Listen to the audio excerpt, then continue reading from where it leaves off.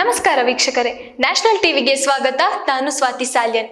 ಇತ್ತೀಚೆಗೆ ನಮ್ಮ ಭಾರತದಲ್ಲಿ, ಅದರಲ್ಲೂ ನಮ್ಮ ರಾಜ್ಯದಲ್ಲಿ ಬಾಂಬ್ ವಿಷಯ ಟ್ರೆಂಡಿಂಗ್ ನಲ್ಲಿ ಇದೆ. ಬೆಳಿಗ್ಗೆ ಎದ್ದು ನ್ಯೂಸ್ ನೋಡಿದ್ರೆ ಸಾಕು, ಅಲ್ಲಿ ಹಾಗಾಯ್ತು, ಇಲ್ಲಿ ಹೀಗಾಯ್ತು, ಬಾಂಬ್ ಬೆದರಿಕೆ, ಬಾಂಬ್ ಸ್ಫೋಟ, ಇವೆಲ್ಲ ಈಗ ನಮಗೆ ದಿನಚರಿಯಲ್ಲಿ ಬರುವಂತಹ ಸುದ್ದಿಯಾಗಿದೆ. ಆದ್ರೆ ಈಗ ಇದು ಟ್ರೆಂಡಿಂಗ್ ನಲ್ಲಿ ಇದೆ. ಬಾಂಬ್ ಅಂತ ಕೇಳಿದ್ರೆ ಭಯ ಪಡುತ್ತಿದ್ದ ಆ ಕಾಲ ಈಗ ಅಷ್ಟೇನ ಅನ್ನೋ ಸ್ಥಿತಿಗೆ ಬಂದಿದ್ದೇವೆ. ಮೊನ್ನೆಯಷ್ಟೇ ದೆಹಲಿಯ ಕಾರು ಸ್ಫೋಟದ ಬೆನ್ನಲ್ಲಿ ವಿಮಾನ ನಿಲ್ದಾಣಕ್ಕೆ ಬಾಂಬ್ ಬೆದರಿಕೆ ಬಂದಿತ್ತು.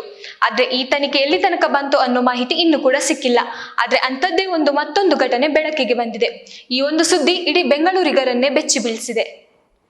ಬೆಂಗಳೂರು ಮೆಟ್ರೋ ನಿಲ್ದಾಣ ಸ್ಫೋಟಿಸುವುದಾಗಿ ಬೆಂಗಳೂರು ಮೆಟ್ರೋ ರೈಲು ನಿಗಮಕ್ಕೆ ಬೆದರಿಕೆ ಇಮೇಲ್ ಬಂದಿದೆ.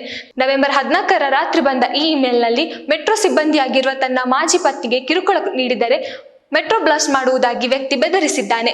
ಬೆಂಗಳೂರು ಮೆಟ್ರೋ ರೈಲು ನಿಗಮ ದೂರಿನ ಮೇರೆಗೆ ವಿಲ್ಸನ್ ಗಾರ್ಡನ್ ಪೊಲೀಸ್ಗೆ ಎಫ್ಐಆರ್ ದಾಖಲಿಸಿದ್ದಾರೆ.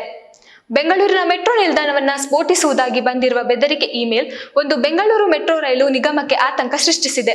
ನವೆಂಬರ್ 14ರ ರಾತ್ರಿ ಸುಮಾರು 11:30ಕ್ಕೆ ಬೆಂಗಳೂರು ಮೆಟ್ರೋ ರೈಲು ನಿಗಮ ಅಧಿಕೃತ ಇಮೇಲ್ಗೆ ಅಪರಿಚಿತ ವ್ಯಕ್ತಿಯೊಬ್ಬ ಬೆದರಿಕೆ ಸಂದೇಶ ಕಳುಹಿಸಿದ್ದಾನೆ.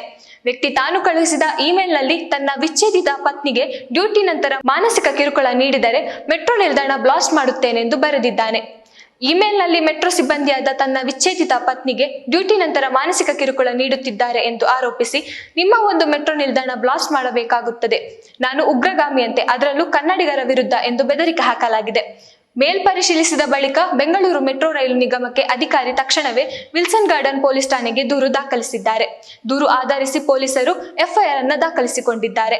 ಜಗತ್ತಲ್ಲಿ ಎಂತೆಂಥ ಜೋಡಿಗಳನ್ನ ನಾವು ನೋಡಿರ್ತೀವಿ. ಆದ್ರೆ ಇಲ್ಲೊಬ್ಬ ವ್ಯಕ್ತಿ ತನ್ನ ಪತ್ನಿಗೆ, ಅದರಲ್ಲೂ ಆಕೆ ಡೈವರ್ಸ್ ಆಗಿ ಮಾಜಿ ಪತ್ನಿ ಆಗಿದ್ದಾಳೆ, ಆಕೆಗೆ ಏನಾದ್ರೂ ಕೆಲಸ ಆದ್ಮೇಲೆ ಕಿರುಕುಳ ಕೊಟ್ರೆ ಮೆಟ್ರೋ ಸ್ಟೇಷನ್ಗೆ ಬಾಂಬ್ ಹಾಕ್ತೀನಿ ಅಂತ ಬೆದರಿಕೆ ಹಾಕಿದ್ದಾನೆ.